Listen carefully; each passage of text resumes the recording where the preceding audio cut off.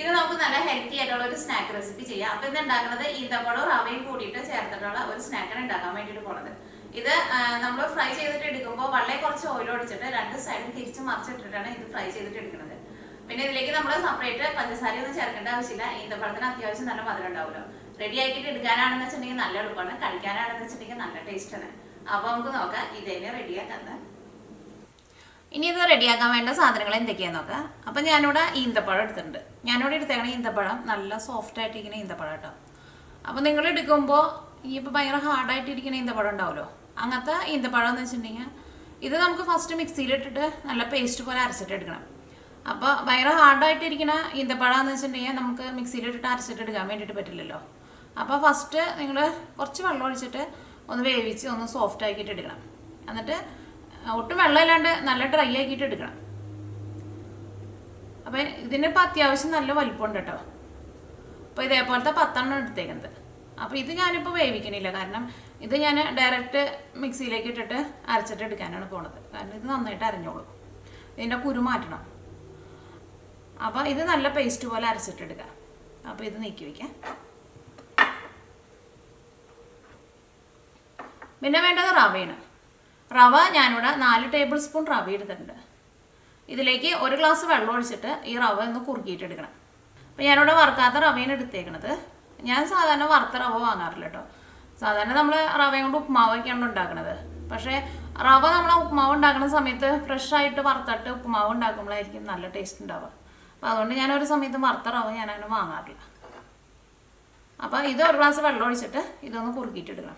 ഇത് കുറുക്കിയിട്ടെടുക്കുന്ന സമയത്ത് ഇതിലേക്ക് നമ്മൾ ടേസ്റ്റിനനുസരിച്ചിട്ട് ഉപ്പും ചേർക്കണം. ഒരുപാട് ഉപ്പ് ചേർക്കണ്ട കേട്ടോ.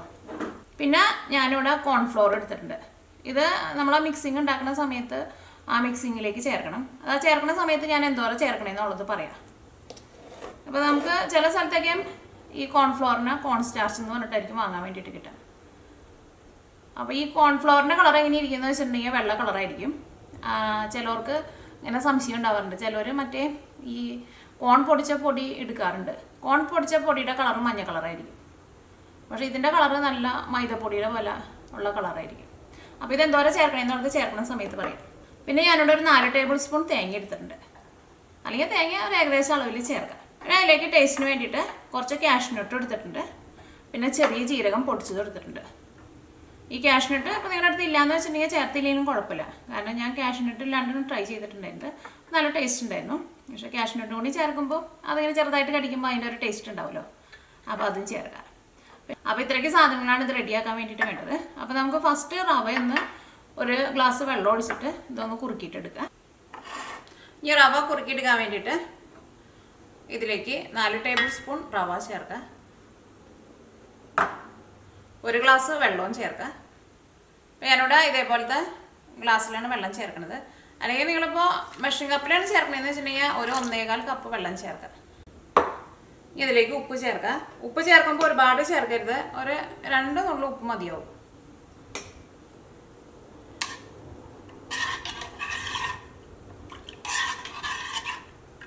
ഇത് അടപ്പത്ത് വെച്ചിട്ട് കുറുക്കിയെടുക്കുക.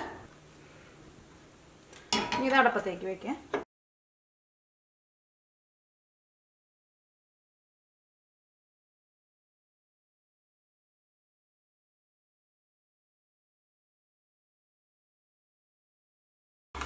ഇനി ഇത് നല്ല തിക്കായിട്ട് വരണം. അപ്പോൾ എൻ്റെ ബർണർ കുറച്ച് വലിയ ബർണറാണ്. അപ്പോൾ അത് തിളച്ച് കഴിഞ്ഞപ്പോൾ ഞാനിവിടെ തീ പതുക്കെ ഒന്ന് കുറച്ച് വെച്ചിട്ടുണ്ട്. അതിന് ചിലപ്പോൾ ഇത് അടിയിൽ പിടിക്കും. ഇത് അടിയിലും സൈഡിലൊന്നും പിടിക്കാണ്ടിരിക്കാൻ വേണ്ടിയിട്ട് നന്നായിട്ട് ഇളക്കി കൊടുക്കണം. ഇത് നല്ല തിക്കായിട്ട് വരണം. നല്ല തിക്കായിട്ട് വന്നു കഴിയുമ്പോൾ നമ്മൾ തീ ഓഫ് ചെയ്യും. പിന്നെ അത് ഒന്ന് ചൂടാറിയിട്ട് വരണം. ചൂടാറി കഴിയുമ്പോൾ ഒന്നും കൂടി നല്ല ഡ്രൈ ആയിട്ട് വരും. അപ്പോൾ നമുക്ക് ആ ചൂടാറുന്ന സമയം കൊണ്ട് നമുക്ക് ഈന്തപ്പഴം മിക്സിയിലിട്ടിട്ട് അരച്ചിട്ട് എടുക്കണമല്ലോ. ആ സമയം കൊണ്ട് നമുക്ക് ഈന്തപ്പഴം നമുക്ക് റെഡിയാക്കിയിട്ട് എടുക്കാം. ഇത് ഞാനിവിടെ നേരത്തെ ഈന്തപ്പഴം വാങ്ങിച്ചു വെച്ചിട്ടുണ്ടായിരുന്നു. അപ്പോൾ ഇപ്പോൾ നോമ്പുണ്ടല്ലോ, അപ്പോൾ ഈന്തപ്പഴം വെച്ചിട്ട് എന്തെങ്കിലും ചെയ്യണമെന്ന് വിചാരിച്ചിട്ടുണ്ടായിരുന്നു. അപ്പോൾ ഇന്ന് രാവിലെ ഇന്ന് ആലോചിച്ചപ്പോൾ കിട്ടിയ റെസിപ്പീനത് നല്ല ടേസ്റ്റ് ഉണ്ട് കഴിക്കാൻ വേണ്ടിയിട്ട്. പിന്നെ ഇതിലേക്ക് പഞ്ചസാര ഒന്നും ചേർക്കേണ്ട ആവശ്യമില്ല. ഈന്തപ്പഴത്തിന് നല്ല മധുരം ഉണ്ടല്ലോ. ഇതുണ്ടാക്കി വെച്ചാലും ഒരാഴ്ച വരെയൊക്കെ കേടുവരാണ്ടിരിക്കുകയും ചെയ്യും. പിന്നെ നാട്ടിലൊക്കെ നല്ല ചൂടൊക്കെ ആകുമ്പോൾ എങ്ങനെയാണെന്ന് അറിയില്ല കേട്ടോ. ഇതിപ്പോൾ തിക്കായി വന്നു തുടങ്ങിയിട്ടുണ്ട്. ഒന്നും കൂടി നന്നായിട്ടൊന്ന് തിക്കായിക്കോട്ടെ. അപ്പോൾ ഇങ്ങനെ തിക്കായി കഴിഞ്ഞിട്ടുണ്ടെങ്കിൽ പിന്നെ തീ നന്നായിട്ട് കുറച്ച് വെച്ചോ. അല്ലെങ്കിൽ ചിലപ്പോൾ ഇത് അടിയിലും സൈഡിലേക്ക് പിടിക്കും. അപ്പോൾ ഇത് നന്നായിട്ട് തിക്കായിട്ടുണ്ട്. ഈ പാത്രത്തിൽ നിന്നൊക്കെ ഇതിങ്ങനെ വിട്ട് പോന്നിട്ടുണ്ട്. ഇത് നമുക്ക് തീ ഓഫ് ചെയ്യാം. ഇപ്പോൾ ഇത് കുറച്ചിങ്ങനെ വെള്ളം പോലെയാണല്ലോ ഇരിക്കുന്നത്. ഇനി ഇത് ചൂടാറി കഴിഞ്ഞ് കഴിയുമ്പോൾ ഇത് നല്ല അപ്പം പോലെ ഒന്ന് തിക്കായിട്ട് വരും. ഇത് നമുക്ക് വേറെ പാത്രത്തിലേക്ക് പകർത്തി വയ്ക്കാം. അപ്പോൾ പെട്ടെന്ന് ചൂടാകും. ഇനി മിക്സിയിൽ ഒരു ജാറെടുക്കാം. ഇതിലേക്ക് ഈന്തപ്പഴം ചേർക്കാം. അപ്പോൾ ഈന്തപ്പഴം കുരു കളഞ്ഞിട്ട് ചേർക്കാം. അപ്പോൾ നിങ്ങൾ വിചാരിക്കും ഇതെല്ലാവർക്കും അറിയാമല്ലോ. പക്ഷേ എൻ്റെ അടുത്ത് ഇതിനു മുമ്പ് ആൾക്കാർ എന്നെ ചോദിച്ചിട്ടുണ്ട് ഈന്തപ്പഴത്തിൻ്റെ കുരു കളയേണ്ട ആവശ്യമുണ്ടോ. അപ്പോൾ നിങ്ങൾ കഴിയുന്നതും ഇതേപോലത്തെ ഇങ്ങനെ നല്ല സോഫ്റ്റ് ആയിട്ടുള്ള ഈന്തപ്പഴം എടുക്കാൻ വേണ്ടിയിട്ട് നോക്കാം. അപ്പോൾ ഇതായിരിക്കും കുറച്ചും കൂടി നല്ല ടേസ്റ്റിലിരിക്കുന്ന ഈന്തപ്പഴം.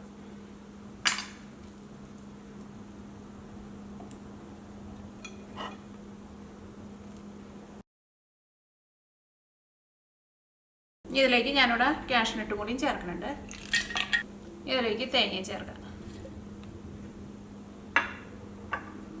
ഇതിലേക്ക് നമുക്ക് കോൺഫ്ലവറും ചേർക്കണം, ജീരകം പൊടിച്ചതും ചേർക്കണം. ഇനി നിങ്ങൾക്ക് ഇതിലേക്ക് ഏലക്കായ പൊടിച്ചത് വേണമെന്ന് വെച്ചിട്ടുണ്ടെങ്കിൽ ഏലക്കായ പൊടിച്ചത് ചേർക്കാം. ചിലവർക്ക് ഈ ചെറിയ ജീരകത്തിൻ്റെ ടേസ്റ്റ് ഇഷ്ടമുണ്ടാവില്ല. അപ്പോൾ ചെറിയ ജീരകം ചേർത്തില്ലെങ്കിലും കുഴപ്പമില്ല. ഇത് വെള്ളമൊന്നും ഒഴിക്കരുത് കേട്ടോ, ജസ്റ്റ് ഒന്ന് കറക്കിയിട്ട് എടുക്കുക. നമ്മുടെ റവയുടെ മിക്സ് നന്നായിട്ട് ചൂടാറിയിട്ടുണ്ട്. അത് നിങ്ങൾ പ്രത്യേകം ശ്രദ്ധിക്കുക, നന്നായിട്ട് ചൂടാറണം. ഒട്ടും ചൂട് പാടില്ല, അല്ലെങ്കിൽ അത് ഭയങ്കര വെള്ളം പോലെ ഇരിക്കുമല്ലോ. ഇപ്പോൾ അത് ചൂടാറി കഴിഞ്ഞ് കഴിഞ്ഞപ്പോൾ ഇതിങ്ങനെ കട്ട പോലെ വന്നിട്ടുണ്ട്. അതേപോലെ വരണം. ഞാനിവിടെ മിക്സിയിലിട്ടിട്ട് അതെല്ലാം കൂടിയിട്ടൊന്ന് കറക്കി എടുത്തിട്ടുണ്ട്. ഇതേപോലെ എല്ലാം കൂടിയിട്ട് നന്നായിട്ട് ഇങ്ങനെ മിക്സായിട്ട് വരണം. ഇതിലേക്ക് ചേർക്കുക.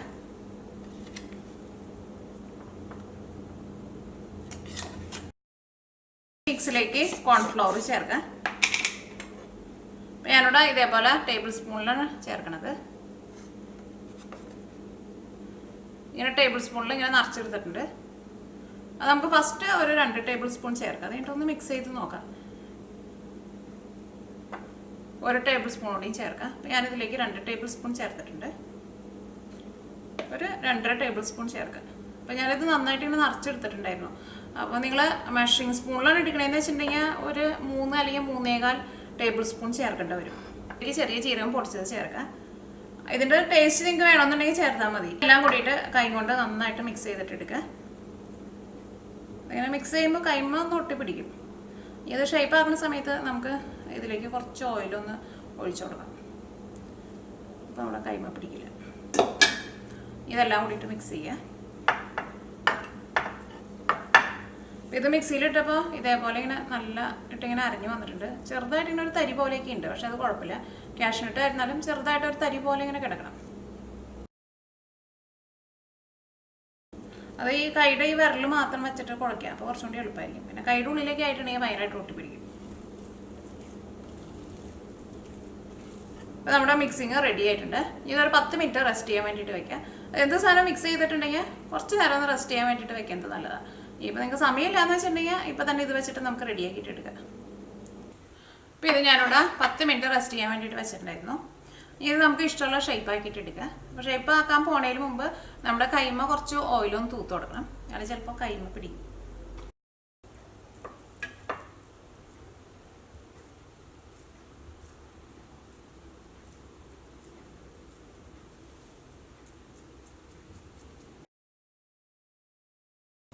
ഇനി കൈമ എങ്ങാനും കൂടുതലായിട്ട് ഒട്ടി പിടിക്കുന്നുണ്ടെന്ന് വെച്ചിട്ടുണ്ടെങ്കിൽ നിങ്ങൾ കൈ ഒന്ന് കഴുകുമോ. പിന്നെ ഭയങ്കരമായിട്ട് കൈമ പിടിക്കുന്നുണ്ടെന്ന് വെച്ചിട്ടുണ്ടെങ്കിൽ അതിലേക്ക് നിങ്ങൾ ആ കോൺഫ്ലവർ ചേർത്തത് കുറഞ്ഞിട്ടായിരിക്കും. പക്ഷേ ഇത് കുറച്ച് ലൂസ് ആയിട്ട് തന്നെയാണ് ഇരിക്കുന്നത്. എന്നാൽ മാത്രമേ നമ്മളിത് ഫ്രൈ ചെയ്തെടുത്ത് കഴിഞ്ഞ് കഴിയുമ്പോൾ ഇതിൻ്റെ ഉള്ളിലേക്ക് നല്ല സോഫ്റ്റായിട്ട് ഇരിക്കുള്ളൂ. പിന്നെ നമ്മൾ റവ കുറുക്കിയിട്ടുള്ള ചേർത്തേക്കുന്നത്. അപ്പോൾ അതുകൊണ്ട് തന്നെ ഈ മിക്സ് കുറച്ച് സോഫ്റ്റായിട്ടായിരിക്കുന്നത്.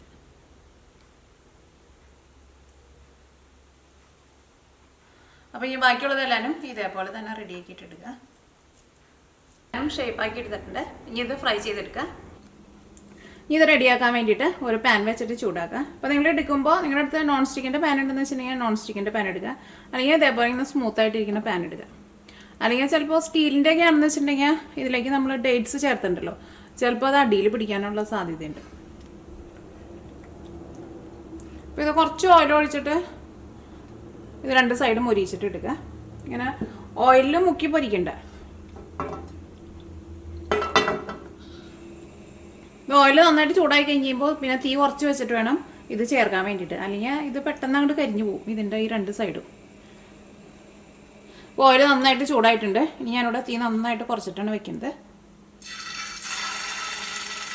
രണ്ട് സൈഡും തിരിച്ച് മറിച്ചിട്ടിട്ട് മൊരിയിച്ചിട്ട് ഇടുക. തീ കൂട്ടി വയ്ക്കരുത്, അത് നിങ്ങൾ പ്രത്യേകം ശ്രദ്ധിക്കുക.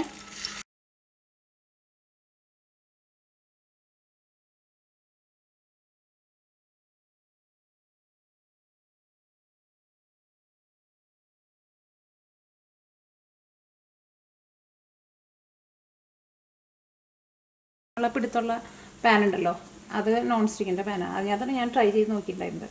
അപ്പോൾ അത് അടിയിലൊന്നും പിടിക്കണ്ടായിരുന്നില്ല.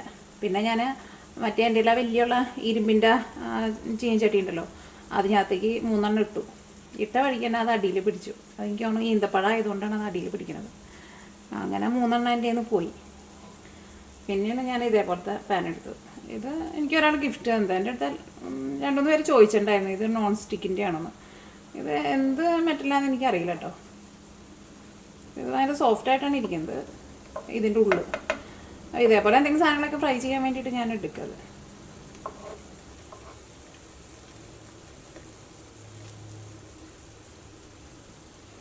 ചെറിയ തീരിട്ടിട്ട് ഇങ്ങനെ നന്നായിട്ട് മൊരിയിച്ചിട്ട് എടുക്കണം. 1-2 സൈഡ് നന്നായിട്ട് മൊരിഞ്ഞ് കഴിഞ്ഞ് കഴിയുമ്പോൾ ഇതൊന്ന് ഹാർഡായിട്ട് വരും. അല്ലെങ്കിൽ നമ്മളിത് ഓയിലിലേക്ക് ഇടുന്ന സമയത്ത് തന്നെ ഇത് ഭയങ്കര സോഫ്റ്റായിട്ടായിരിക്കുക. അത് മറിച്ചിടാനൊക്കെ ആയിരുന്നാലും കുറച്ച് പാടായിരിക്കും. അപ്പോൾ ജസ്റ്റ് ഒന്ന് ഇങ്ങനെ എടുത്ത വഴിക്കാൻ അങ്ങോട്ട് തിരിപ്പിക്കണം. അപ്പോൾ പെട്ടെന്ന് മറിഞ്ഞു വീഴും. അല്ലെങ്കിൽ തിരിച്ചിടാനും കുറച്ച് പാടുണ്ട്. പക്ഷെ ഇത് ഒന്ന് ചൂടാറി കഴിഞ്ഞ് കഴിയുമ്പോൾ ഇതിൻ്റെ ഉള്ളിലേക്ക് കുറച്ചും കൂടിയും അങ്ങനെ ഭയങ്കര സോഫ്റ്റ് ആവാണ്ട് കുറച്ചും കൂടി ഒന്ന് ഹാർഡായിട്ട് വരും. കാരണം ഇതിലേക്ക് നമ്മൾ കോൺഫ്ലവർ ചേർത്തിട്ടുണ്ടല്ലോ, അപ്പോൾ അതുകൊണ്ട് തന്നെ.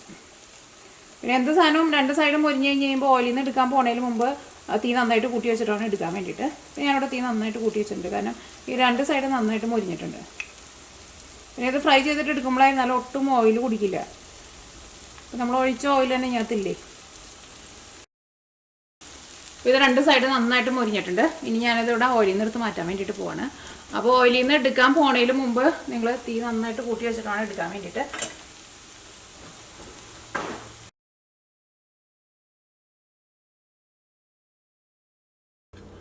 ഇതെല്ലാവരും ഫ്രൈ ചെയ്തെടുത്തിട്ടുണ്ട്.